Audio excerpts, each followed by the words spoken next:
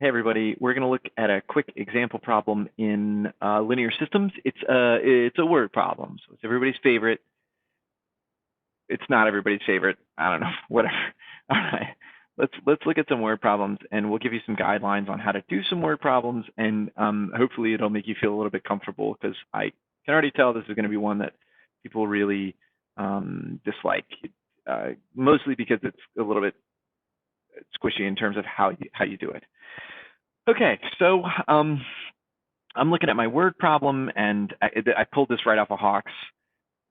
If you get this exact same one, hey, look, lucky you. My guess is it's going to change all the numbers around, but that's fine. Okay, so the first thing that I want to do is I want to understand, in general, like, look, this is a system on linear. This is a unit on linear systems. So in general, you're going to want to like come up with two equations or maybe three equations. And hopefully, as long as you like, the end goal is just to come up with some equations. And once you do that, then it's not a word problem anymore, and we're okay. The first thing you really want to get a grip on is like, what are the things it's asking me to find out? Sort of like, so I'm going to say, what are the unknowns, right? What is it asking me to find out? What don't I know? Because those are going to become my variables. Those become x and y. And so that's the first, that's going to help you sort of get your way through these problems, is like, it's going to ask you about something, and hopefully it asks you pretty directly. And from there, you can tell me, or you can sort of discern what those variables are. And then once you know the variables, you could maybe construct some equations based on what you know in the rest of the problem. So for the first part, really, when you want to find out what the unknowns are, those are generally at the very end of the problem, and it's going to ask you somewhat directly. So here, like I can see it already. It's asking me to find the speed of each jet. So in my particular example, I'm going to try to like put the questions in black and maybe the answers in blue. Okay, well it needs to, okay, so I'm going to say X is like private jet. You could use P and C if you wanted to use those terms. That's fine. Sure, I don't know what that was. And then Y is going to be my commercial jet. And I'm going to be clear, commercial.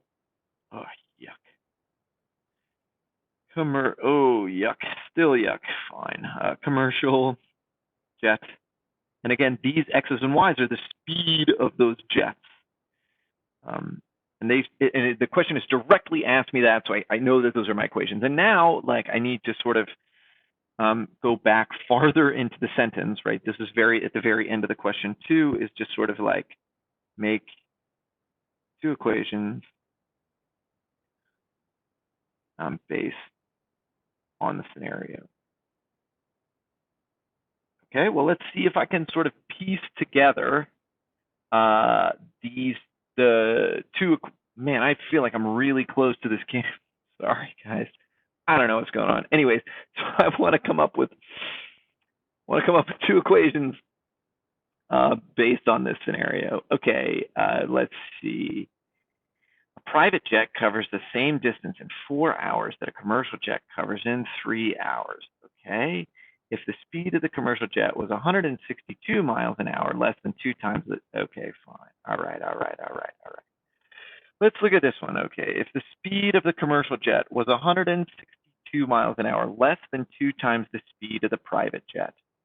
Okay, so this is telling me directly about the speed of the commercial jet. So I know that the speed of the commercial jet is equal to something.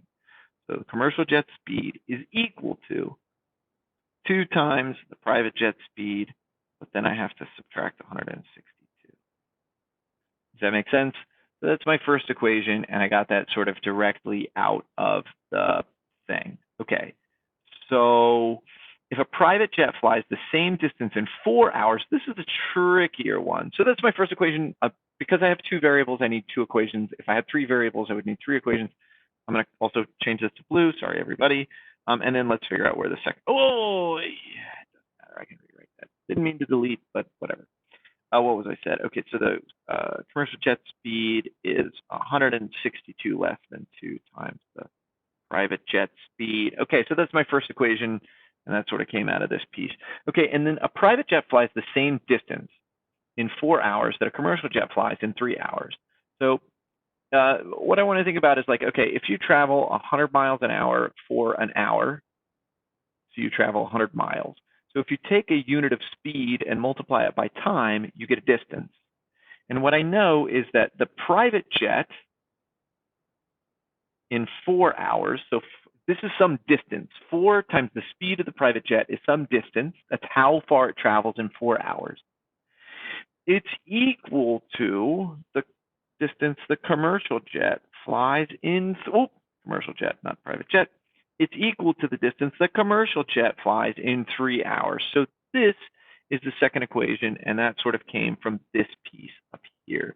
So I've got 2 equations for my 2 unknowns, and then step 3 is just to solve it. Okay, and then like solve.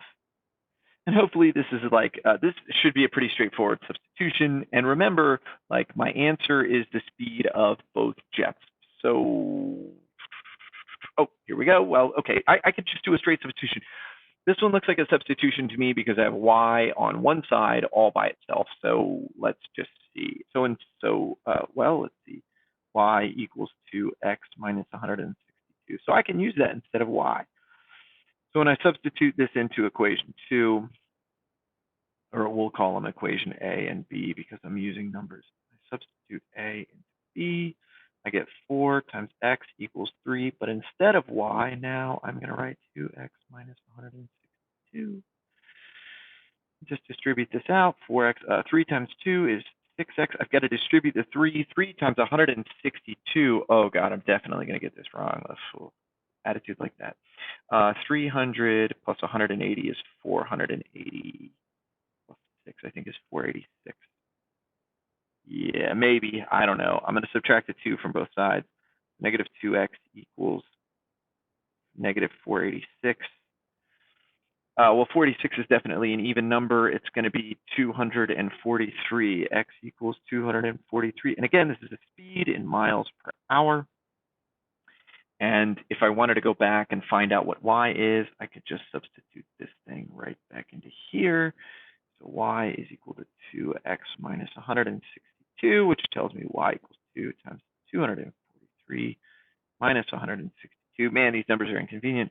Y equals, 486. That's exactly sort of what we had before, minus 100. 486 minus 162 should be 324.